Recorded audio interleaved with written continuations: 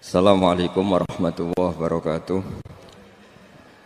Bismillahirrahmanirrahim. Nahmaduka ya ghafuru ya syakuru. Masalli wa sallim barik ala sayyidina maulana Muhammadin wa ala alihi wa sahbihi asma'in nama ba'du. Kita tidak bosan-bosan cerita ini karena ini khazanah kita. Di kitab Nailul Ma'mul itu, di kitab Usul Fiqih, saya berkali-kali cerita ini karena ini untuk menunjukkan bahwa Quran itu liqaumi ya'qilun, liqaumi yatafakkarun. Ada seorang kiai, seorang ustadz, kiai dulu itu emang orang soleh, alim terus jadi kiai. Kalau kiai sekarang tuh macam-macam, nganggur terus ingin jadi kiai, terus daftar gitu. Ada lowongan di yayasan, masuk ingin jadi ustadz, karena dengar ada gajinya. Dulu tuh ada seperti itu, udah. Makanya dulu tuh kalau ustadz kiai pasti soleh karena dia alim terus ingin orang lain tuh mendapat ilmunya. Kalau sekarang nggak ada yayasan sehat, guru gajinya sekian. Yang nggak ingin jadi ustadz tuh daftar.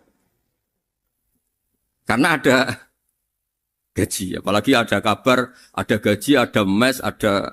Wah, yang daftar banyak ya. Tapi mentalnya ada kiai sebetulnya. Ya kalau sampean tanya itu baik bagus, ya setengah baik. Ya maksudnya setengah baik, ya ada baik ngajar itu kan baik. Tapi setengah saja karena motifnya itu nyari gaji, bukan ingin mencerdaskan umatnya Rasulullah SAW. Itu Imam Amudi itu guru matematika. Saya nggak bosan-bosan cerita ini. Guru matematika. Muridnya sampai takut ini masuk surga ndak. Kiai kok ndak ngajarin istighosa atau tahlil malah ngajarin apa? Matematika. Beliau meninggal terus muridnya tanya, "Ma fa'alallahu bik?" Kira-kira gitu. Apa yang dilakukan Allah? Allah nyambut Anda gimana? Terus kata Imam Amudi, bagus saya disuruh ngajar malaikat. Karena malaikat kan tidak pernah kayak anak beki gini ngaji gini. Malaikat itu tidak pernah ngaji. Dia iman saja karena tahu surga, tahu neraka terus iman gitu aja. Jadi imannya malaikat itu nggak keren kita. Imannya loh ya. Loh itu yang ngendikan Nabi loh, tidak saya. Nabi pernah tanya sama sahabat, iman yang paling keren siapa? Jawabannya sahabat malaikat. Ya enggak karuan malaikat iman. Dia yang tahu surga neraka, tahu segalanya, masa ada imannya pasti iman lah katanya. Terus ya para sahabat engkau iman ya wajar kan menangi saya, nemuin saya. Yang hebat itu orang-orang yang tidak melihat saya, tidak saya didik tapi tetap iman. Karena dididik akal, ya tadi dididik Quran, apa dididik Quran. Sama siapa? Teks bahasa Arabnya masa enggak? Terus Imam Amudi kata Allah, suruh dia ngajarin para malaikat cara menemukan saya. Malaikat dikumpulin terus Imam Amudi disuruh ngajar. Sama singkat kata-katanya Allah di mimpi itu. Istadilla ala wahdaniyati. Bihadrati malaikati. Tolong ajarkan cara menemukan saya padahal Anda ini manusia yang tidak melihat saya. Anda di Jakarta kan hanya gedung-gedung. Paling jadi khayal terus nikmat lah Anda ikut punya tapi ikut nikmati. Orang desa-desa kalau ke Jakarta itu pokrol. Wah di Jakarta tuh gedungnya tinggi-tinggi, tidak kayak kampung sini. Lu udah ikut punya, ikut bangga. Di Jakarta orangnya cantik-cantik, tidak kayak orang sini. Padahal dia ya dapat orang cantik gitu. Jadi Allah tuh saking pinternya, miskin-miskin ya bisa berkhayal dan bahagia. Nah, itu alhamdulillah betul. Akhirnya itu apa ini anak-anak begini saya tak niati ngajar standar anak-anak akademik. Terus pertama yang diajarkan hanya bilang gini, sama siapa teksnya? Ya malaikat wahi para malaikat. Terus beliau bilang, nisbatus naini wassalasah ila malanihayatalahu nisbatul far'i ilal asli. Angka itu jumlahnya berapapun, 2, 3 sampai triliunan. Semuanya itu nisbatul far'i ilal asli. Binisbat ilal wahid nisbatul far'i ilal asli. Angka 2 ya cabangnya 1, 3 ya cabangnya 1, 1 triliun ya cabangnya 1. Tetap yang asal usul adalah angka 1. Itu nangis semua malaikat. Cara Jawa itu mandekman kue iman kaya imanku. Makanya imannya umat Rasulullah SAW itu PD-nya, yakinnya kayak imannya malaikat. Kalau Tuhan itu 1. Karena angka agak bisa dimulai kecuali dengan angka 1. Makanya nisbatus naini wassalasah ila malanihayatalahu iku nisbatul far'i ilal asli. Semuanya itu nisbatnya cabang ke induk. Berarti semua alam raya ini tetap asal usulnya 1. Yaitu qul huwallahu ahad. Nah, itu namanya akal. Umatnya Rasulullah itu ditinggali mukjizat akal lewat panduan Quran sehingga meskipun kita tidak menangi Rasulullah, tidak menangi sahabat, kita tidak tahu malaikat Jibril, tapi cara iman kita ini tidak kalah keren. Yakin hakul, yakin. Terus kedua, gambar. Kamu gambar rumah, gambar hewan, gambar apa saja, mesti dimulai satu titik. Entah gambar kamu bagus, entah jelek, tetap dimulai satu titik. Nah, titik ini namanya nuktotul wujud. Semua alam raya dimulai dari satu titik, yaitu nuktotil wujud. Makanya Quran dimulai bismillah, dan bismillah itu dipilih sama Allah pakai pertama ba itu ada titik. Itu kata semua ulama, itu titik itu singkatan dari bi kana makana wa bi yakunu mayakun. Karena saya semuanya ada. Bi itu karena saya. Jadi makanya santri-santri beki, tidak usah bayangkan kamu jadi wali terus bisa terbang ke Mekah, tidak usah. Kalau terbang ke Mekah ya sudah umroh aja bayar. Kalau enggak ya maklaran KBH atau apa. Pokoknya cari gratis. Ya gratis kan, dapat orang 10 gratis. Satu. Terus orang enggak umroh-umroh dirayu-rayu supaya umroh. Repot. Itu pelanggaran fikih itu. Kalau orang punya utang itu wajibnya nyaur utang dulu gitu. Wah repot. Saya itu juga sering bingung di kampung-kampung. Gus sama umroh. Kenapa? Dapat gratisan. Minta uang saja buat nyaur utang. Enggak boleh. Wah, secara fikih yang wajib itu nyaur utang bukan umroh. Enggak boleh Gus diminta uang, enggak boleh, harus umroh. Udah gitu saya ini bingung Gus mau umroh. Enggak nikmati. Kenapa? Disuruh ngajar Gus. Repot semua kalau ibadah mergawe ya gini bingung semua.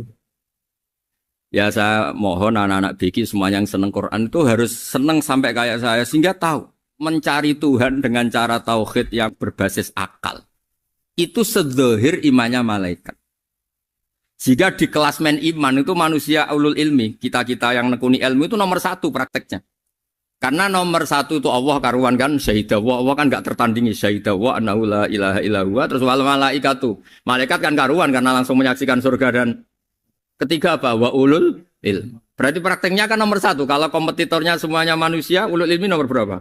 1 kan? Nah nomor 3 kan dari Allah, malaikat, ulul ilm. Berarti kalau kompetisinya antar manusia nomor berapa? 1 kan? Nah kenapa ulul ilmi di nomor 3 kan tapi dari Allah, malaikat, ulul. Kerennya kayak apa? Karena cara iman ulul ilmi itu enggak ada ragunya sama sekali. Kamu ragu enggak kalau 2 itu cabang dari 1, asalnya 1? Enggak pernah ragu kan? Semua gambar seruat apapun dimulai dari 1 titik. Ragu enggak? Enggak kan? Nah, imannya umatnya Nabi karena dipandu oleh Quran itu seyakin itu, sehakul yakin itu. Nah, itu terus Jubair bin itu jadi iman. Am khuliqu min ghairi syai'in am humul khaliq. Terus kata Allah lagi, kalau kamu tidak percaya saya yang bikin langit bumi ya gampang dong, kamu saja yang ngomong kalau kamu yang bikin. Paling orang sepakat kamu stres. Terus hanya ayat gitu, am khalaqus samawati wal ardh. Kalau kamu tidak yakin Allah yang bikin, ya silakan Anda klaim saja kalau kamu yang bikin langit bumi. Bala yukinun. Kamu juga gak mau kan dibilang stres. Ya, ini ngaji ilmu dulu, nanti bagian terakhir ijazah. Bismillahirrahmanirrahim. Ini riwayatul Bukhari. Haddatsana Abdullah bin Yusuf, haddatsana Les, haddatsana Sa'id al-Maqburi an-Nabi Hurairah radhiyallahu anhu qala an-Nabi sallallahu alaihi wasallam. Ma minal anbiya'i nabiyyun illa qad u'tiya minal ayat ma mithluhu amana alaihi al-bashar. Wa inna ma kana alladhi utituhu wahyan awhahu wa ilayya fa arju an akuna aktsarahum tabi'an yaumal qiyamah. Dados kita tahu semua nabi itu punya mukjizat. Ya, semua nabi itu punya apa? Mukjizat. Mukjizat itu hal yang luar biasa yang memastikan manusia itu tidak bisa menyainginya atau menandinginya. Dan rata-rata mukjizat Nabi dulu itu fisik. Misalnya ontanya Nabi Soleh itu kan onta tapi keluar dari batu, itu kan aneh. Aneh sekali. Atau tongkat Nabi Musa bisa simsalabim mengeringkan laut apa? Merah. Semua Nabi itu punya mukjizat dan semuanya berbentuk fisik. Kecuali mukjizatul Rasulullah Shallallahu Alaihi Wasallam itu berupa Al-Quran. Al-Quran itu konsep ilmiah. Terus kata Rasulullah SAW, tapi saya karena Quran itu justru berharap pengikutku besar dan sampai hari kiamat. Sekarang kita logika ya. Andekan kamu punya tongkatnya Nabi Musa. Kalau kamu suka uang, kepikirannya dijual apa dipakai? Kalau kamu suka uang, pakai. Kalau kamu ahli suudon itu pikirannya ndak, ini asli ndak. Karena yang melihat di Turki itu ya sebagian gitu. Kalau yang suka perdukunan itu bayangkan tuh miliknya. Mungkin dipakai ngakali orang atau apa, pokoknya bayangkan tuh miliknya. Kalau yang kolektor pikirannya itu nanti ini laku berapa. Tapi kalau peneliti mungkin pikirannya itu ini asli apa enggak? Bukti aslinya apa? Repot lah. Lagi pula kalau kamu punya utang terus mau apa? Istri kamu marah mau apa? Kalau pakai tongkat. Nah, beda dengan mukjizatnya Quran itu semuanya apa? Ilmiah.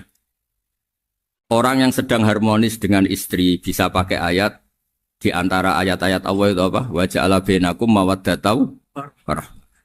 Nanti kalau ditakdir cerai, saya tidak menyarankan cerai. Kalau ditakdir cerai, itu masih dimotivasi sama Allah. Wa iya tafarroqa yughnillahu kullam min sa'ati. Jika suami istri itu cerai, jangan-jangan suaminya dapat istri lebih baik, istrinya nanti dapat suami lebih baik. Jadi yang masa lalunya ada keprahara. Kan banyak orang suaminya meninggal ketika nikah lagi ditanya, kangen sama suami pertama, alhamdulillah ini lebih baik. Padahal suaminya yang meninggal itu berharap istrinya ini kangen, ternyata dia sudah syukur dapat suami yang lebih baik. Jadi Quran itu menunggui kita ila yaumil qiyamah. Kita tidak bunuh diri, itu ya barokahnya Quran. Karena problem apapun kita dinasihati apa sabar, apa dinasihati sabar. Kan nggak mungkin kamu pegang tongkatnya Nabi Musa, punya masalah apa saja ngelihat tongkat, bisa apa tongkat. Tapi kalau Quran kan nasihat, solusi. Makanya Nabi berharap dengan Quran ini, saya berharap pengaruh saya, pengikut saya terbanyak ila yaumil qiyamah. Terus beliau dikomentari begini sama, ini Fathul Bari, sarahnya Bukhari. Al-muradu anna mu'jizatil anbiya inqaradat binkiradi a'sorihim. Falam yushahidha illa man hadaraha. Problem mukjizat nabi-nabi dulu itu kan fisik. Sehingga yang tahu kalau Nabi Soleh punya unta yang ajaib, itu yang tahu ya hanya yang hadir saat itu. Yang tahu kalau tongkat Nabi Musa bertuah, itu juga yang tahu hanya yang hadir saat itu. Selebihnya tahu tongkat ya di museum. Tapi kalau Quran menjadi solusi, menjadi panduan, menjadi pegangan itu ila yaumil qiyamah. Kita beri contoh ya, Quran panduan yang paling gampang misalnya begini. Dulu ini cerita ya. Dulu itu ada orang kafir cerdas namanya Jubair bin Mut'im. Itu saking pinternya dia, pinter juga tokoh. Itu sebagai delegasi pembebasan Asra Badrin. Jadi tawanan-tawanan perang Badar itu mulai dulu ya ada negosiasi mau dibebaskan. Terus orang-orang kafir ini menugaskan namanya Jubair bin siapa? Mut'im. Ini ada di Bukhari. Karena ini ngaji di Jakarta, kalau orang nggak tahu hadis juga tanya ini sahih ndak gitu. Wong nggak tahu kok tanya itu aneh. Padahal kalau dibodoni itu ya nggak tahu. Tapi ya tetap tanya, hadisnya ini sahih ndak. Ini kata kiai apa kata nabi ini ya. Memangnya kata nabi kamu dengar kan ya lewat kiai. Memang. Setelah itu Jubair itu datang ke Medina. Dengerin, datang ke mana? Medina. Kemudian dengar Nabi baca Wattur pas sholat maghrib. Jubair karena Nabi dulu gak ada hotel, gak ada pondok ya. Pondoknya Nabi hanya sufah itu. Nabi baca maghrib, bukan diskusi, bukan debat. Baca Wattur wa kitabi mastur firrokim mansur wal baitil ma'mur wasaqufil marfu wal bakhril masjur. Terus itu. Kemudian sampai pada titik ayat am khuliqu min ghairi syai'in. Masa manusia atau alam raya yang maujudat, yang nyata, yang wujud nyata. Kemudian asal-usulnya itu ketiadaan. Ini kan hadhil alam maujud. Alam ini kan nyata. Masa sesuatu yang nyata, penciptanya itu tidak nyata. Jadi nggak mungkin ada faham nihilisme. Kalau faham nihilisme berarti melahirkan teori begini. Al-adamu yakhluqu maujudan. Sesuatu yang tidak ada, menciptakan yang... Itu kan akal nggak bisa nerima. Kalau sesuatu ini ada, penciptanya pasti ada. Terus Akhirnya Jubair bin Mut'im itu simpuh di depan Rasulullah terus bilang, "Ya Muhammad, kada qalbi ayatir." Hampir saja hati saya terbang. Kalau riwayatnya Imam Ahmad, faka'an nama sudi akol hati saya dihancur. Semua teori yang saya bawa untuk ngelawan kamu, sekarang luluh semua, hancur semua. Yang benar adalah teori Anda, bahwa Tuhan itu satu, dan Tuhan itu ada sebelum semua makhluk. Coba kalau Nabi Muhammad ada Jubair bin Mut'im terus menyembunyikan tongkat dekat mihrab. Terus dilihat ini apa. Paling pikirannya ini dari kayu apa. Terus yang bentuk tongkat itu tukang pemahatnya siapa? Kok kurang keren kalau di Blitur gimana ya? Kan malah panjang. Kira-kira kalau mukjizat itu dari tongkat itu malah panjang. Panjang lah pokoknya. Panjang. Lagi pula kamu coba kan nggak ngarah mandi. Itu yang mandi kan nabinya bukan tongkatnya. Coba tongkatnya Nabi Musa coba anak-anak beki itu. Dipakai mukul kucing aja tidak mesti mati itu. Jadi nggak jelas mukjizat-mukjizat seperti itu nggak. Tapi kalau Quran menunggui sampai saking hebatnya Quran, teori rasionalitas, soal kampanye di mana-mana. Tingkat validitas, tingkat kebenaran Quran itu bahkan bisa diuji tanpa membuktikan. Tanpa apa? Cukup pakai akal. Ya terus saya teruskan. Fala yamurru terus al-murad anna mu'jizatil anbiya in qaradat binqidari a'sam satu wa mu'jizatul Qur'an mustamirratun ila yaumil qiyamah wa kharquhu lil adat fi uslubihi wa balaghatihi wa ikhbarihi bil maghibat. Terus kata ini yang ngarang Fathul Bari sarahnya Imam Bukhari. Fala yamurru asrun minal a'sar illa wa yadharu fihi shay'un mimma akhbaru bi annahu sayakun yadullu ala sihhati da'wahu. Wa hadza aqwal muhtamilat wa takmiluhu fil ladzi ba'da wa qilani ya anal al makna anal mukjizat al madiyah kanat khissiyatan tusyahadu bil absar kana qoti soleh wa asa Musa. Mukjizatnya nabi-nabi dulu itu hanya penyembuh, hanya pelengkap, hanya nuruti keinginan mata. Seperti dahsyatnya apa? Laut Merah di sebelah apa dipukul sama tongkatnya Nabi siapa? Itu semuanya itu hanya memanjakan mata. Urusan mata. Terus wow itu. Tapi kalau mukjizatnya Nabi Muhammad itu berdasar akal. Maksudnya berdasar akal nih dengerin ya. Dengerin betul. Ketika Laut Merah terus tersibak kan wow itu keren kan? Terus kita bilang menyimpulkan, wah kita tidak akan mampu.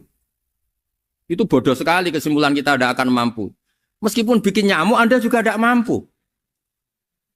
Loh untuk memutuskan tidak mampu saja kok sampai pertunjukan seperti itu tuh laopo, cek goblok gitu. Nah kalau kita karena umat yang pinter untuk memaksa kita nggak mampu, Allah bilang Inna wa la yastahi ayadriba mathalam ma ba'ud. Kita melihat nyamuk langsung berkesimpulan tidak mampu. Saya berkali-kali cerita nyamuk itu sudah kecil, masih punya urat, uratnya kayak apa? Masih punya kuman, kumannya seberapa? Ya enggak? Nyamuk itu kecil, punya organ tubuhnya punya urat. Itu kalau kamu pinter, antara tongkatnya Nabi Musa menyibak Laut Merah sama nyamuk itu sama-sama berkesimpulan melahirkan satu faham bahwa kita tidak. Loh, untuk memaksa tidak mampu saja kok nuju pertunjukan ada onta keluar dari batu, Nakotu Soleh, ada tongkat yang bisa mengeringkan laut. Cik goblok ya. Lah kita alhamdulillah ada jenis goblok yang seperti ini. Untuk ikrar bahwa Allah itu hebat ala kulli syai'in, cukup lihat nyamuk. Kagum kan? Sudah ada usah bikin hidup. Saya berkali-kali mencontohkan. Para pemahat tak suruh bikin patung gajah itu mampu. Tak suruh bikin patung nyamuk kalau bisa. Nyari materi dari apa? Gampang mana bikin patung gajah sama patung nyamuk? Gajah, makanya Allah bikinnya contoh itu untuk ijaz itu pakai nyamuk, bukan pakai gajah. Itu kalau ustadz-ustadz yang agak jorok malah contohnya nyamuk, Gus. Itu kecil. Itu kayak apa? Di dalamnya dia hamil. Itu anaknya kecil lagi, telurnya kecil lagi, itu gimana itu cara bikin itu?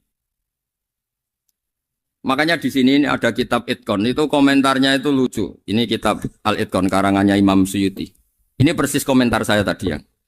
Kata Imam Suyuti, pengarang kitab Itqan, wa ya imma khissiyah wa imma akliyah. Jadi mukjizat itu ada yang fisik, bisa dilihat indra, panca indra, bisa dilihat akal. Wa aktsaru mu'jizati Bani Israil kanat khissiyah li baladatihim. Bilada itu goblok. Wakil lati basoirihim. Dasar wong goblok. Mukjizat itu ngenteni sing wow. Maksudnya dasar wong untuk ngakui Allah hebat saja kok nunggu hal-hal yang seperti itu gitu. Paham ya? Mergo likil lati napa aklihim. Wa aksaru mu'jizati hadil ummah akliyatun li farati dzakaihim wa kamali afwahihim. Dan mukjizatnya umat ini semuanya berdasar akal karena sudah cerdas. Jadi andaikan kita melihat tongkatnya Nabi Musa menyibak Laut Merah dengan melihat nyamuk, kesimpulan kita sama. Sama-sama wow, sama-sama keren, sama-sama memastikan kita tidak mampu. Makanya terus Quran menerangkan ya wa ma min dabatin fil ardi wala ta'iri yatiru bi janahihi illa umamun amsalukum. Jadi keseharian kita lihat burung kok terbang. Itu sudah ayatun min ayatillah. Paham nggih? Dados niki kudu bangga ditunggoni napa Quran, nggih ditunggoni napa Quran. Wa mu'jizatul Quran tusyahadu bil basirah fayakunu mayatabi'u li ajlihi aksar. Terus li annal ladzi yusyahadu bi aini ra'si yang qaridu bingkiradi musyahidi. Sesuatu yang tampilan dahsyatnya itu disaksikan mata, maka itu bisa habis. Era tongkat Nabi Musa seperti itu habis enggak? Bisa mengeringkan Laut Merah habis kan? Tapi era mukjizatnya Quran ila yaumil qiyamah. Ya contoh sosial, saya kembali lagi ke sosial. Kamu punya teman awet atau punya istri awet, itu konsepnya ya wal kadhiminal ghaidh, agak gampang tersinggung. Coba kalau kamu setiap tersinggung putus, setiap tersinggung habis, kamu tidak punya teman, tidak punya istri. Sampai kita awet seperti ini, kalau kecewa ya wal kadhiminal ghaidh, ngempet. Termasuk saya ini, biasanya ngaji khusus terus baca gini ya kecewa. Tapi barokahnya diwarai Quran wal kadhiminal ghaidh, ngempet Gus, ngempet. Terus kecewa sama teman, kenapa tidak putus? Karena wal afina aninna sudah, kalau kecewa maafkan. Coba kalau kita kecewa presiden demo, kecewa menteri demo, kecewa orang tua minggat. Ya kalau dicari, kalau tidak kan malu. Saya itu punya teman tak tanya, kecewa besar sama bapak itu. Kenapa tidak minggat? Malu. Kenapa malu? Takut gak dicari. Itu orang tuh paling malu itu kalau keluar dari rumah nggak di. Saya punya teman lagi, saya ini takut mati Gus. Kenapa? Takut istri saya tidak nangis Gus. Itu kematian terburuk itu kalau mati tahu istrinya ada nangis, itu malu betul itu. Makanya jangan mati, pokoknya pastikan orang sekeliling ada nangis itu baru berani mati, kalau enggak jangan. Ya jadi mukjizatnya Nabi itu luar biasa. Nah ini terus saya teruskan ya, makanya mukjizat terbesarnya Nabi adalah Al-Quran. Karena Al-Quran itu cerita tentang hukum-hukum akal, cerita tentang logika-logika peradaban. Misalnya logika peradaban, contoh paling gampang. Di Quran itu ada sekian ayat yang Allah cerita peradaban. Misalnya wa ahsinu innallaha yuhibbul muhsinin. Itu dikutip, terus kemudian disimpulkan dalam peradaban. Kata Sayyidina Ali karramallahu wajhah, ngendikannya gampang. Ahsin man syi'ta takun amirah. Kamu berbuat baik saja sama seseorang, maka otomatis kamu akan jadi pemimpinnya. Ada orang nggak tamat SD, nggak tamat papa, gobloknya minta ampun. Tapi karena gaji seorang pakar, kamu tak gaji 1 bulan 1 miliar, perusahaan saya jadikan besar. Itu dikongkan ngalor ngidul ya nurut. Hanya karena dia ihsan. Terus wastaghni amman syi'ta takun nadhira. Saya ulang lagi. Wastaghni amman syi'ta takun nadhira. Dan kamu jangan butuh orang lain, siapapun dia, maka kamu akan setara. Misalnya ada menteri, orang antri mau salim, tapi kamu tidak butuh, kan tenang saja. Tapi kalau kamu butuh, habis kamu. Ya kan? Kamu tidak butuh seseorang, maka kamu posisinya akan setara. Kamu harus sopan karena punya utang jasa. Kalau nggak punya apa-apa kan setar. Ya enggak? Misalnya kamu jajar rektor atau jajar menteri, jajar apa saja. Kalau kamu tidak punya utang kan, kamu jajar menteri tidak punya utang. Sama jajar satpam tapi punya utang, takut mana?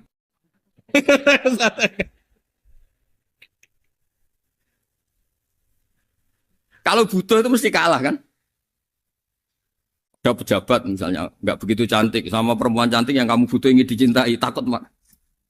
Padahal nggak jelas orang ini pangkatnya apa. Jadi dalam hukum sosial itu kata Sidin Ali, wastahni aman syi'ta takun nadhira. Kamu jangan butuh seseorang maka kamu akan setara. Terus yang terakhir, wahtas ilaman syi'ta takun asiro. Asiro pakai sin. Dan silahkan butuh seseorang maka kamu akan jadi budak dia. Ya coba misalnya Anda seorang profesor, seorang alim, seorang getop. Misalnya mencintai janda di ujung kampung sana, jalan kaki 2 kilo. Padahal itu gak tamat SD. Tapi gara-gara seneng, kacau kan? Logika kepangkatan hilang semua kan? Jadi itu hukum peradaban. Itu mewakili isi-isi sosial yang diterangkan Quran. Ya, jadi paketnya 3 tadi ya. Ahsin man syi'ta takun amiro. Kamu berbuat baik sama seseorang, maka kamu bisa memimpin. Wastahni amman syi'ta takun nadhira. Kamu jangan butuh seseorang, maka kamu akan setara. Bok kamu ketemu orang terkaya di dunia. Yo ketemu orang terkaya di dunia, kamu jejer, kamu tidak butuh dia. Tenang kan bisa setara kan? Tapi kalau butuh, harus sopan, ngajukan proposal, harus berakhlak karimah. Makanya sekarang, Anda kok berakhlak kenapa? Ternyata mau nyalek. Biasanya Anda berakhlak kok berakhlak. Ada apa ini? Makanya guyonan di Rembang itu Beb Husein itu. Kalau ada orang mendadak sopan sama temannya, temannya curiga. Kok tumben sopan? Mau utang ya? Zaman akhir itu kacau.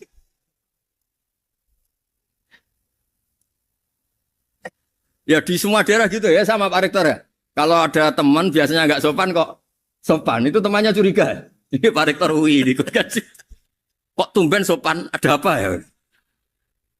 Karena di mana-mana orang butuh itu pasti beretika.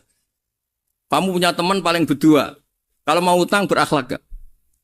Atau misalnya kamu punya adik cantik terus punya teman berdua, kalau cinta adik kamu berakhlak gak? Biasanya nggak sama sekali nggak berakhlak. Gara-gara butuh menjadi berakhlak. Ya jadi hukum sosial itu ya kuncinya 3 tadi. Ahsin man syi'ta takun amira. Wastahni amman syi'ta takun nadhira. Terus wahtas ila man syi'ta takun asira. Kalau kamu butuh seseorang pasti kamu dibikin hina. Asir itu tawanan.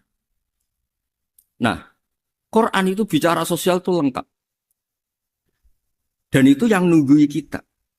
Kita punya tetangga yang kurang baik, ya seneng. Punya tetangga baik, ya seneng. Kata Imam Syafi'i, saya berkali-kali cerita.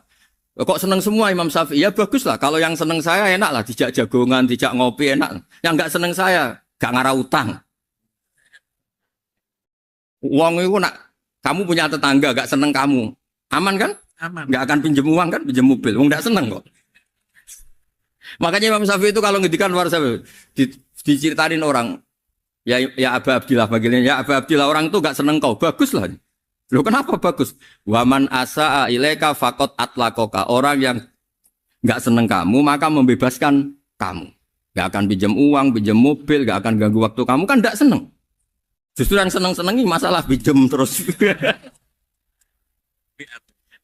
Imam Syafi'i itu orang yang anggap dunia itu selesai. Ada yang cerita, ya Aba Abdillah, orang yang tadi cium tangan engkau, yang hormat engkau, di luar maki-maki engkau, ngerasain engkau, ngata-ngatain engkau. Ya bagus lah. Kok bagus gimana? Berarti saya wibawa, depan saya tidak berani. Ya, berarti saya wibawa, di depan saya tidak berani. Berarti itu makomnya sudah kulillah, sumadarhum fi khawdihim, yal'abun, sudah dunia itu selesai, sudah agak penting semua. Nah, itu kalau kamu anak-anak bagi ahli Quran sudah ayatnya kulillah, sumadarhum fi khawdihim, yal'abun, sudah lihat Allah saja agak penting makhluk-makhluk itu. Dah makhluk semua agak penting, sepenting Allah. Nah, kita ini ditunggoni mukjizat seperti itu. Bayangkan misalnya kita ditunggoni tongkatnya Nabi Musa.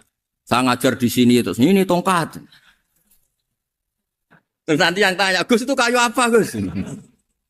Nanti yang kolektor tanya itu harganya berapa, Gus? Ruwet apa? Terus yang ahli suudon itu asli enggak, Gus? Wah. Apa? Yang ahli suudon kan mesti tanyanya gitu, itu asli enggak, Gus? Repot-repot pokoknya. Tapi kalau Quran kan jelas. Suatu saat ada perdebatan antara Abul Hasan al-Asy'ari. Abul Hasan al-Asy'ari ini tokoh ahli sunnah paling populer dalam ilmu logik. Dia mengatakan orang menemukan Tuhan itu harus lewat logika yang cermat. Tidak boleh taklid, hanya ikut-ikutan. Dia harus menemukan satu argumentasi bahwa Tuhan atau pencipta langit itu ada. Kemudian ada satu problem di mana orang-orang kampung atau orang-orang yang lugu atau orang-orang awam itu tidak bisa ilmu logika, ilmu mantek kalau dalam bahasa pesantren. Kata Abul Hasan al-Asy'ari, itu masih mungkin. Alhasil para ulama ini meneliti ke orang-orang yang lugu, yang di kampung, yang petani, yang lugu sekali. Apa yang mereka temukan? Ternyata mereka punya cara logikanya sendiri untuk menemukan Tuhan, Sang Pencipta. Pernah suatu saat ada seorang petani lugu, biasa menggembala unta, ditanya, Bima araf tarubak, lalu kamu yang petani ini yang hanya ngurusi sawah, ngurusi ladang, dengan cara apa kamu tahu kalau Tuhan itu ada? Si petani tadi marah besar dan dia mengatakan, Al-ba'ratu tadullu alal ba'ir wa asharul aqdam yadullu alal masir. Kata petani tadi, yang namanya ada kotoran unta, pasti ada untanya. Yang namanya ada jejak kaki, pasti ada yang barusan lewat. Artinya kalau ada makhluk, pasti ada pencipta. Ini logika awam yang mudah. Kita tidak mungkin mengatakan bumi ini pencipta, mengatakan matahari pencipta. Kelihatan sekali kebendaannya, kelihatan sekali bahwa bumi matahari tidak punya ikhtiar, tidak punya kekuatan. Kelihatan sekali sifat-sifat kemakhlukannya. Jika benda-benda ini karuan makhluk, pasti menunjukkan bahwa ada penciptanya, ada khalik. Bismillahirrahmanirrahim. Alhamdulillahirabbil alamin wassalatu wassalamu ala asyrafil mursalin sayyidina Maulana Muhammadin wa ala alihi washabihi ajmain amma ba'du. Berikut sebagai mukaddimah bahwa Profesor Zaini Dahlan berkeinginan UII punya tafsir dan terjemah sendiri. Lewat proses yang panjang dan melibatkan tim, di antaranya saya, terbitlah tafsir versi UII, juga terjemah versi UII. Di antara ciri khas terjemahan UII adalah bahwa bahasa Arab yang tentu mengandung kesusastraan Arab, balaghah, kemudian ditransfer untuk pembaca Indonesia. Sehingga di antara ciri khas terjemahan UII adalah dengan rasa Indonesia dan tentu tidak merubah makna. Berikut beberapa kutipan yang perlu pemirsa atau pendengar tahu. Al-Quran adalah satu kitab suci yang diturunkan kepada Nabi besar Muhammad SAW. Dan di antara ciri Al-Quran adalah menjelaskan kebenaran secara jelas, secara gamblang. Sebagaimana firman Allah, bahwa Rasul adalah Rasulun minallah yatlu suhufam mutahharah. Rasulullah diutus oleh Allah Subhanahu wa taala ketika penduduk Makkah sangat-sangat jauh dari kebenaran. Mereka adalah penyembah berhala yang dikira sebagai Tuhan, dan jumlahnya Tuhan-Tuhan itu banyak sekali.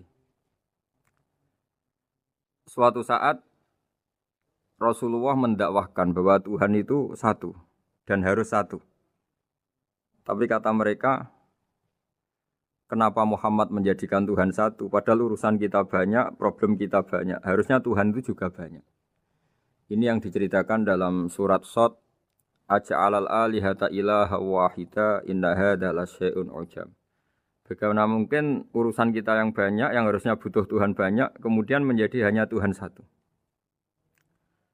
Lalu Rasulullah dengan sabar, dengan telaten memberi penjelasan.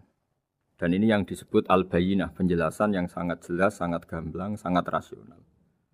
Kata Rasulullah dalam sebuah hadis yang diriwayatkan dalam Musnad Ahmad, tagnya begini, orang-orang yang menyembah selain Allah, itu ibarat kama sali rojulin istaro abdan min kholisi malih biwarikin au dhahabin.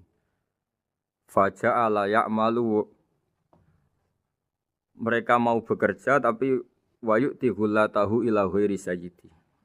Fa'ayyukum sarrohu ayyakuna abduhu kadzalik. Nabi lalu kemudian bikin analogi. Wahai masyarakat Mekah, bagaimana kalau Anda ini jadi seorang pembantu atau seorang budak lalu punya majikan banyak. Dan semua majikan Anda ini punya perintah yang beda-beda, punya selera yang beda-beda. Semuanya atasan Anda, semuanya majikan Anda. Apa Anda senang punya majikan yang banyak? Lalu mereka bilang, wah susah Muhammad kalau kita punya majikan banyak. Tuhan kamu adalah majikan kamu. Bagaimana kalau Tuhan banyak, punya perintah yang beda-beda, punya selera yang beda-beda? Kalian pasti akan kebingungan. Ya sudah Muhammad, normalnya Tuhan itu satu. Sehingga mereka tercerabut dari pemikiran bahwa Tuhan harus banyak. Ini yang dimaksud dalam surat Al-Bayyinah. Lam yakunil ladzina kafaru min ahlil kitab wal musyrikina munfakina hatta ta'tiyahumul bayyinah. Bahwa orang-orang kafir, baik kafir ahli kitab maupun kafir musyrik Mekah, mereka tidak pernah terlepas dari sifat kekafirannya, yaitu menuhankan banyak Tuhan, sampai datang sebuah bayinah. Bayinah itu argumentasi kebenaran yang begitu jelas. Setiap membawa kebenaran, argumentasinya meyakinkan. Itu siapa? Rasulun minallah yatslu suhufam mutahharah, yaitu Rasul yang membacakan lampiran-lampiran suci, yaitu Al-Quranul Karim. Dengan penjelasan analogi tadi, kemudian orang-orang Mekah sadar, susahnya kayak apa kalau Tuhan banyak, lalu perintahnya beda-beda, seleranya beda-beda, hukumnya beda-beda. Ini membingungkan. Akhirnya mereka ngakui bahwa pentingnya logika tauhid. Nah ini yang Rasulullah ini benar-benar berstatus bayinah. Kemudian analogi betapa buruknya kita saat menyembah selain Tuhan. Lalu Rasulullah mencontohkan sebagaimana yang saya kutip tadi dari Musnad Ahmad. Misalnya Anda punya pembantu atau zaman dulu budak. Anda beli dari harta kamu, dari uang kamu. Kemudian budak ini kerja. Yang ngasih makan kamu, yang fasilitasi kamu, toko milik kamu, semua milik kamu. Kemudian dia kerja dan hasil dari kerjanya dia dikasihkan ke orang lain. Kamu senang tidak punya budak yang seperti itu, kata Rasulullah. Wah kita semua tidak senang Muhammad. Sama seperti itu. Kamu adalah bisa makan rezeki dari Allah. Kamu nempat di buminya Allah. Kamu minum dari air yang dibikin Allah. Kemudian Anda menyembah selain Allah. Itu aneh apa enggak? Menyembah zat yang tidak memberi rezeki kamu, yang tidak bikin bumi untuk kamu, yang tidak bikin langit untuk kamu, yang tidak bikin fasilitas air untuk kamu. Aneh enggak? Semenjak itu mereka berpikir betapa buruknya mereka menyembah berhala, menyembah arca, menyembah Yesus, menyembah macam-macam. Nah ini yang disebut Rasulullah adalah orang yang benar-benar bayinah. Ketika melontarkan kebenaran, benar-benar jelas sehingga diterima secara akal yang sehat. Karena semua akal yang sehat akan menerima agama ini disebut fitratallahi fatarana salih. Bahwa agama ini agama fitrah. Orang yang normal, yang cara berpikir normal pasti menerima agama ini. UII dengan terjemahan ini dan dengan tafsir ini ingin memberi penjelasan simbol-simbol yang ada di beberapa surat. Di antara lagi yang di bab muamalat. Betapa Rasulullah itu punya logika yang benar-benar mudah diterima. Dulu orang Arab dalam bab muamalat jual beli biasa menjual kurma. Masih kecil, masih belum jelas jadi kurma yang baik apa enggak. Kalau istilah orang Jawa masih pentil ini. Kalau bahasa Arab qobla buduwi solahiha. Calon buahnya itu belum pasti jadi buah. Kemudian masih bunga, masih apa sudah dijual. Dengan transaksi, asumsi, harga andekan sudah jadi kurma. Kalau dalam Jawa mungkin jual mangga sebelum tua masih pentil, masih kecil. Lalu kata Rasulullah, kamu jangan melakukan itu. Kenapa ya Rasulullah padahal kita butuh uang? Kata Nabi, Ara'aitum in mana Allahu as-samra fa bima yastakhillu ahadukum mala akhi. Bagaimana kalau buah-buah yang masih kecil itu kemudian berguguran karena satu musim atau karena apa? Lalu kamu mendapat uang itu atas nama apa? Yang dikatakan tijaro adalah muawadhah.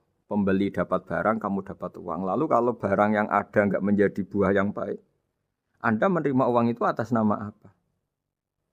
Rasulullah secara haru, secara mengingatkan nurani kita dengan redaksi fabima yastahillu ahadukum mala akhi. Lalu kamu mendapat uang saudara kamu atas nama apa? Kalau atas nama buah, mereka belum mendapat buah. Akhirnya ada kesadaran bersama bahwa sebaiknya kita menjual sesuatu itu yang pembeli ya dapat barangnya, yaitu dalam konteks ini buah yang sudah layak dijual, kita dapat uangnya. Ini lagi-lagi Rasulullah al-Bayyinah, sekali memberi penjelasan begitu jelas. Ketiga misalnya di bab jinayat, di bab hukum pidana. Rasulullah kalau bikin logika itu begitu jelas, mudah diterima. Misalnya begini, suatu saat Rasulullah bersabda, Al-qatil wal maktul finnar. Orang yang membunuh dan yang dibunuh sama-sama di neraka. Tentu dalam konteks saling bunuh yang dalam kezaliman. Lalu sahabat janggal. Ya Rasulullah, oke lah kalau pembunuh itu masuk neraka. Ini bagaimana mungkin yang dibunuh pun masuk neraka? Rasulullah dengan jelas, dengan bayinah, dengan hujjah, beliau menjawab, innahu kana harison ala qatli sahibihi. Sebetulnya yang terbunuh pun mentalnya pembunuh, karena dia sangat juga ingin membunuh saudaranya. Nasibnya saja yang menjadikan dia terbunuh. Hanya sahabat tahu, oh ya ternyata maktul dalam konteks duel adalah mentalnya qatil juga. Sehingga karena mentalnya qatil dia tetap di neraka. Meskipun prakteknya dia menjadi maktul yang terbunuh. Nah ini yang dimaksud oleh Allah, bahwa Rasulullah ini bisa menghilangkan tradisi kemusyrikan, bisa menjungkir balikkan, menghancurkan kemusyrikan, karena Rasulullah bisa menjelaskan secara detail hatta ta'tiyahumul bayyinah. Bayyinah adalah Rasulun minallah yatslu suhufam mutahharah. Jadi ini yang insya Allah sebagai kajian kita, bahwa kita butuh sekian penjelasan untuk mengenang dan membuktikan bahwa Rasulullah adalah benar-benar al-bayyinah. Dari sekian contoh tadi, pendengar bisa tahu betapa agama ini mudah diterima oleh akal. Sehingga di beberapa ayat disebut agama ini liqaumi ya'qilun, liqaumi yatafakkarun. Agama ini bagi kaum yang bisa berpikir, agama ini bagi kaum yang mau berangan-angan. Dulu untuk menghilangkan kemusyrikan dengan logika kafir Mekah bahwa urusan kita banyak, harus Tuhan banyak. Itu panjang sekali. Di antaranya ada ayat yang spesifik tentang itu. Daraballahu mathalar rajulan fihi syuraka mutasyakisuna wa rajulan salamal lirajul. Hal yastawiyani masalah. Allah membuat satu perumpamaan, yaitu di surat Daraballahu mathalar rajulan fihi syuraka di surat Zumar ayat 29. Allah membuat satu perumpamaan bagaimana andaikan Anda jadi seorang pembantu atau asisten. Lalu Anda punya majikan banyak yang seleranya beda-beda. Kemudian dibanding misalnya Anda jadi pembantu dengan satu majikan yang akhlaknya baik, komitmennya baik. Anda milih mana? Lalu orang-orang kafir Mekah menjawab, Muhammad tentu kita milih punya majikan satu yang baik. Kalau majikannya banyak kita jadi repot. Lalu mereka kata Rasulullah, ya sudah kalau gitu Tuhan kamu satu saja jangan banyak. Kalau banyak jadi repot. Terus mereka baru tersadar bahwa menuhankan Tuhan banyak itu salah dan resikonya lebih banyak. Ini disebut munfakina hatta ta'tiyahumul bayyinah. Mereka orang-orang musyrik enggak mau tercerabut dari akar kemusyrikannya sampai datang al-bayyinah. Sebuah bukti kebenaran yang begitu jelas, begitu nyata. Siapa kebenaran itu? Rasulun minallah yatslu suhufam mutahharah. Yaitu Rasulnya Allah yang membaca lampiran-lampiran suci. Lampiran-lampiran suci ini dalam bahasa Arab diikutkan wazan isim maf'ul disebut mushaf. Makanya kitab suci ini ditulis di sohifah. Kalau dalam bahasa Arab lampiran itu sohifah, dijamakkan kata jamaknya suhuf. Kemudian ketika dicetak, dijilid disebut mushaf.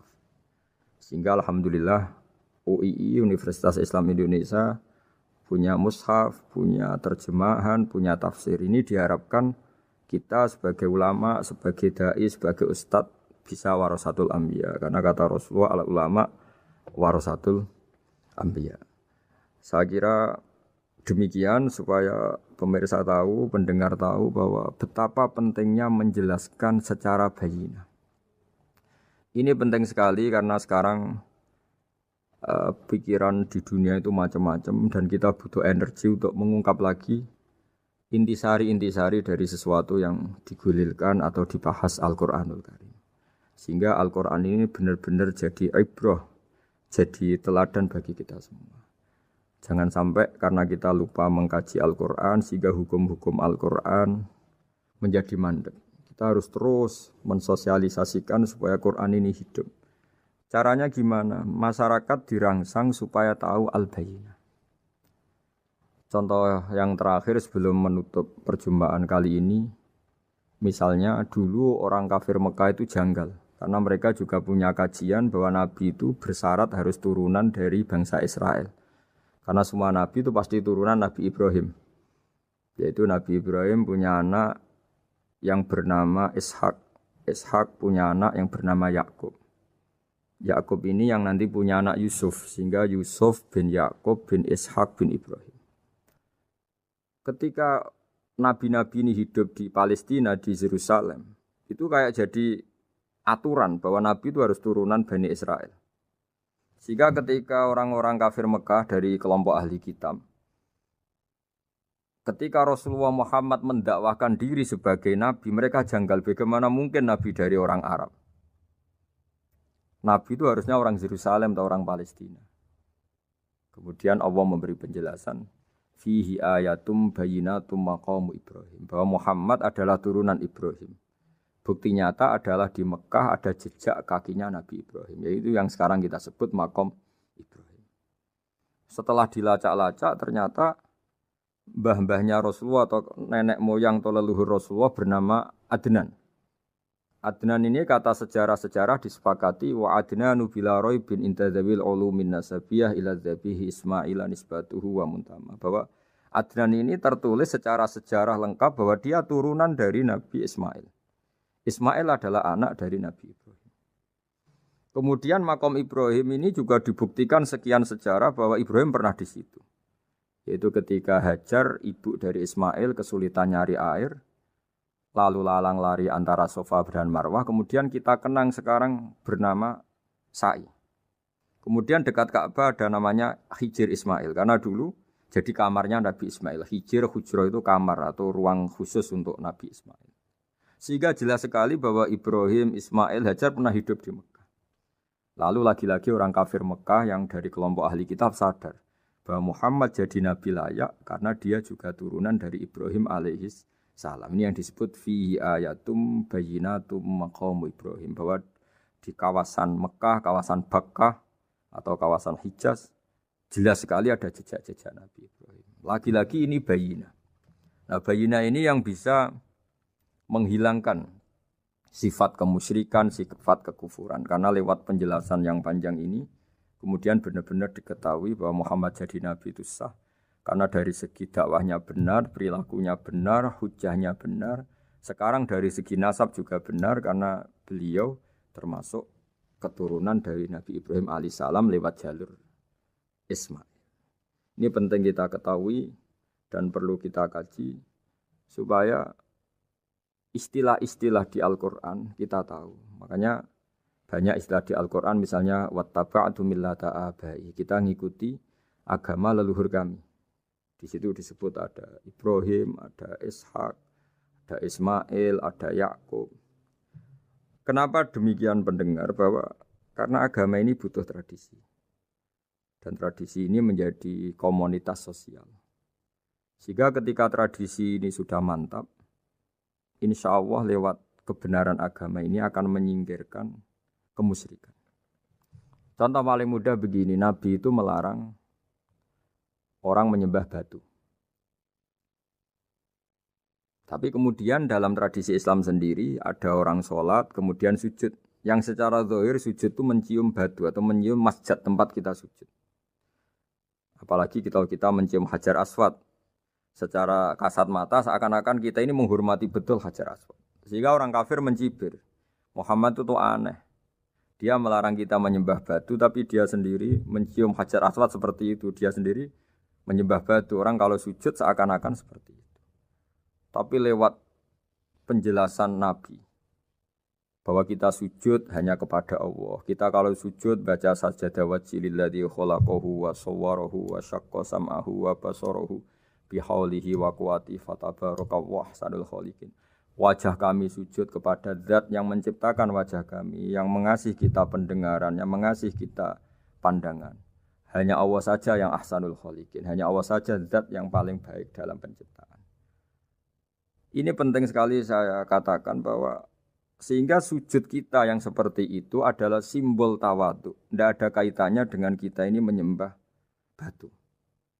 Sehingga kita tradisikan ke anak-anak saat sujud baca subhana rabbiyal a'la wa bihamdi. Kita ajarkan mereka bahwa semua selain Allah adalah ciptaan Allah.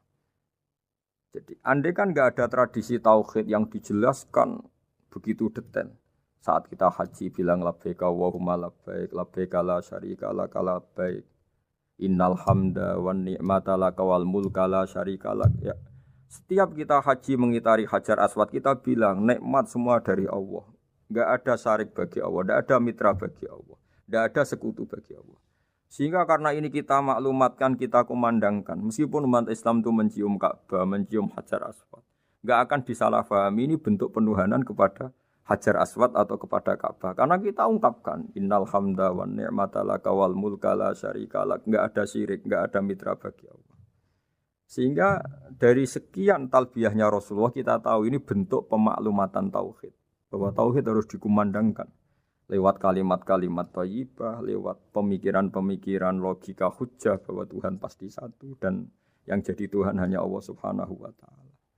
Karena andekan ini tidak dikumandangkan, kemudian ada ritual yang secara lahir kasat mata nyium Hajar Aswad. Nanti seperti tuduhannya orang kafir bahwa Islam itu aneh, melarang menyembah batu, tapi nyatanya ada ritual mencium batu. Sebab itu tidak menjadi aneh ketika Imam Bukhari termasuk rawi besar, termasuk hadis sahih yang meriwayatkan Sayyidina Umar atau Umar radhiyallahu anhu.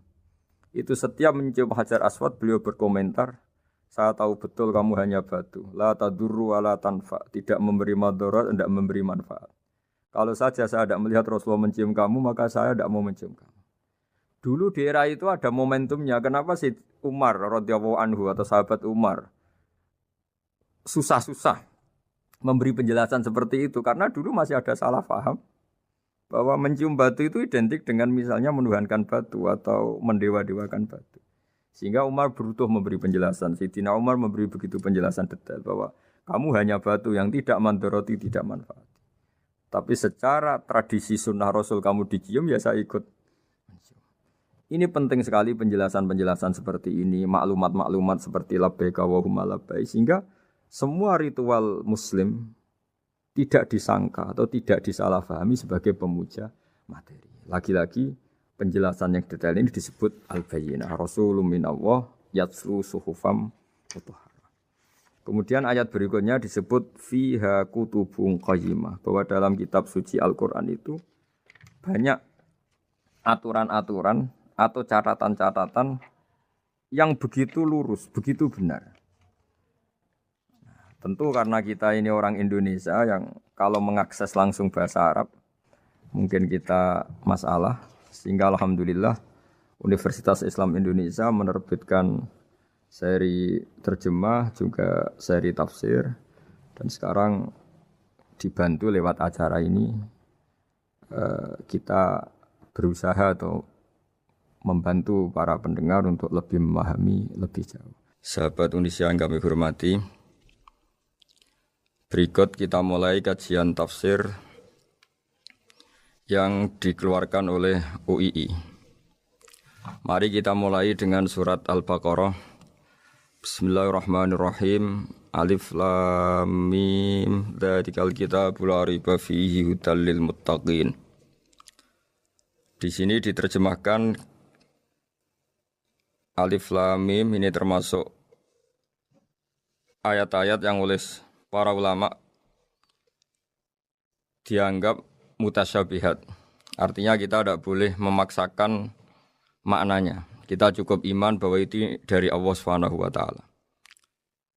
Ini termasuk ayat-ayat yang kita percaya bahwa ada makna yang diinginkan Allah, tapi kita tidak perlu menduga-duga Apa sepersisnya makna itu?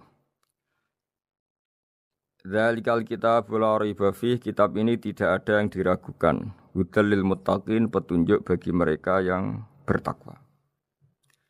Sahabat Indonesia yang kami cintai, yang kami hormati, muttaqin dari kata kerja ittaqa yattaqi ittiqaan. Maknanya adalah menjaga diri. Ada 3 kelas muttaqin dalam terminologi para ulama, istilah yang dikeluarkan para ulama. 1, muttaqin orang yang menghindari perilaku syirik atau perilaku kekafiran. Sehingga menurut para ulama, apapun faseknya seorang mukmin, apapun kelirunya orang mukmin, misalnya pernah mencuri, pernah korupsi, pernah apa saja, masih dianggap mukmin karena dia masih bertauhid la ilaha illallah Muhammadur Rasulullah. Ini muttaqin yang paling kelas pokok, kelas bawah. Kemudian ada muttaqin kelas kedua, yaitu mereka yang menghindari dosa besar tapi tidak bisa menghindari dosa kecil. Misalnya bisa menghindari dosa zina tapi dia bisa menghindari dosa melihat perempuan yang bukan mahramnya, yang bukan halal bagi dia. Ketiga muttaqin paling ideal yaitu menghindari dosa besar, juga menghindari dosa kecil, bahkan menghindari sesuatu yang tidak penting. Ini yang dalam terminologi ulama disebut para wali atau para ulama, yaitu yang dalam ayat ala inna auliya Allahi la khaufun alaihim wa lahum yahzanun. Ini penting kami jelaskan kelas-kelas muttaqin supaya bahwa mukmin tidak pernah keluar dari status iman meskipun dia pernah melakukan satu kesalahan besar. Karena yang dikatakan mukmin adalah siapapun yang meyakini kebenaran risalah Muhammad. Risalah yang dibawa Muhammad berarti dia mukmin. Soal dia melakukan dosa atau apa saja itu menjadikan dia fasik tapi tidak keluar dari status mukmin. Ini yang dimaksud dalam sebuah hadis, man qala la ilaha illallah dakhalal jannah. Siapapun yang pernah melafadzkan la ilaha illallah iman, maka dia pasti nanti masuk surga. Kemudian ada beberapa pertanyaan dari para sahabat dengan masa lalu orang itu yang macam-macam, Nabi tetap menjawab meskipun dengan masa lalu yang macam-macam. Sebab itu perlu dikaji serius, sebagaimana ada yang ditafsir Sawi bahwa muttaqin itu dari kata kerja ittaqa yattaqi ittiqaan atau ittaqa yattaqi taqwan. Ini maknanya orang yang menjaga diri. Tentu menjaga diri ini ada yang kelas premium, kelas sempurna. Jadi sesuatu apa saja yang bahaya kita jaga, termasuk dosa kecil, melakukan hal yang tidak penting. Ada orang mukmin yang hanya bisa menjaga dari dosa kekafiran, dosa kemusyrikan. Ini pun dengan segala kesalahannya masih ada kemungkinan dimaafkan Allah. Karena Allah pernah berfirman, innallaha la yaghfiru ayyushraka bihi wa yaghfiru ma duna dzalika liman yasha. Allah tidak akan memaafkan dosa syirik, tapi Allah masih bisa memaafkan atau masih berkenan memaafkan dosa di luar syirik. Kemudian yang perlu dimengerti oleh sahabat Indonesia adalah makna la raiba fihi. Ini yang perlu kami ungkap, bahwa Al-Quran ini tidak ada keraguan padanya. Tidak ada keraguan ini yang mudah kita teliti karena kita orang Indonesia, mungkin rasa-rasa sastra Arab enggak kental. Mari kita teliti dari segi makna, karena makna ini rasa dan rasa itu universal. Begini misalnya, dulu orang-orang kafir Mekah karena mereka penyembah berhala, penyembah Tuhan-Tuhan yang banyak, itu memprotes. Mereka memanggil tentu masih Muhammad, belum ya Rasulullah. Muhammad, kamu mengajak ke Tuhan berapa? Rasulullah menjawab, ke Tuhan yang satu. Lalu mereka bertanya, Muhammad urusan kita ini banyak, problem kita banyak. Tuhan banyak saja tidak bisa menyelesaikan, apalagi satu Tuhan. Ini yang diceritakan dalam sebagian ayat disebut, Aja'alal alihata ilaha wahida inna hadza lasyai'un ujab. Bagaimana mungkin Tuhan itu satu? Harusnya Tuhan itu banyak karena urusan kita banyak. Lalu Rasulullah dengan bimbingan Tuhan, bimbingan Allah mendatangi mereka, kemudian Nabi menjelaskan, Tuhan itu adalah ketua kalian, Tuhan itu adalah pimpinan kalian. Bagaimana kalau Anda jadi pembantu kemudian punya majikan banyak, punya penguasa banyak, punya tuan banyak. Kemudian semua tuan-tuan Anda ini memerintahkan Anda dengan perintah yang beda-beda. Apa kalian mau punya majikan atau pimpinan yang banyak? Mereka menjawab tidak, Muhammad.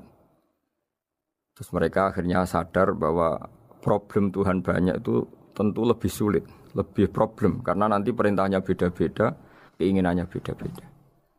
Mereka akhirnya tersadarkan bahwa sebaiknya atau seharusnya memang Tuhan itu satu. Jadi Rasulullah SAW menjelaskan logika bertauhid itu dengan sekian variasi, dengan sekian logika. Kemudian Nabi kedua juga menjelaskan logika kompetisi. Kata Nabi yang karena bimbingan Allah diberi satu pengertian. Andai kan Tuhan itu 2 atau 3, kemudian berebut dalam tahta aras atau tahta yang di alam raya ini. Sebagaimana lazimnya para penguasa. Maka pasti ada yang menang, ada yang kalah. Dan yang kalah tentu gak layak sebagai Tuhan. Ini yang disebut wala ala ba'duhum ala ba'd. Tentu kalau Tuhan itu banyak, mereka akan berkompetisi, akan bertarung. Dan pasti pemenangnya ya satu, karena memang layak jadi Tuhan tetap satu. Sadarlah bahwa orang-orang kafir Quraisy, orang-orang kafir saat itu sadar pentingnya bertauhid. Ketiga, Nabi juga menjelaskan tauhid secara ilmu logika. Begini para pendengar. Kalau dalam teori ilmu tauhid yang agak jelimet dijelaskan begini. Jika ada 2 Tuhan, maka alam raya ini enggak menjadi alam. Logikanya adalah 2 Tuhan ini bisa kamu katakan sama-sama kuat. Ketika sama-sama kuat kemudian ingin menciptakan langit. Yang satu ingin menciptakan bumi, yang satu menolak menciptakan bumi misalnya. Atau yang satu ingin menciptakan langit, yang satu menolak ingin menciptakan langit. Kemudian ternyata bumi ini terbukti wujud. Logika awam adalah yang berhasil menciptakan bumi berarti Tuhan, yang gagal atau kudrohnya gagal, kemampuannya gagal tidak bisa menciptakan bumi, gagal menjadi Tuhan. Ini logika awam. Logika ini pun kita terima. Tapi kalau menurut logika ahli tauhid, ahli pakar-pakar logika, cara berpandangan begini. Ketika Anda mengatakan ada 2 Tuhan yang sama-sama kuat, kemudian terbukti yang satu mampu menciptakan bumi, yang satu tidak. Bahasa Anda mengatakan sama-sama kuat ini sudah batal dari awalnya, karena terbukti bahasa Anda salah, sama-sama kuat ternyata yang satu tidak mampu. Sehingga dalam pikiran orang-orang ahli tauhid mengatakan, membayangkan Tuhan saja itu enggak kebayang, karena turunan kata ini pasti selalu salah. Karena tadi misalnya dikatakan, andai kan ada 2 Tuhan, kemudian yang satu mampu menciptakan bumi, yang satu tidak. Padahal Anda tadi bilang sama-sama kuat, ternyata terbukti yang satu tidak kuat. Berarti kata Anda sama-sama kuat ini salah. Ini pula yang diajarkan Rasulullah lewat bimbingan Allah, lewat wahyunya yang disebut Lau kana fihi ma alihatun illallahu la fasadata. Karena kalau ada 2 Tuhan, pasti kamu sifati sama-sama kuat. Ternyata sifat sama-sama kuat ini batal demi hukum, karena ternyata yang satu tidak mampu menciptakan bumi. Atau kamu sifati 2 Tuhan ini sama-sama lemah. Itu tidak mungkin lagi, karena ternyata bumi ini terbukti wujud. Pasti penciptanya ini tidak yang sangat kuasa.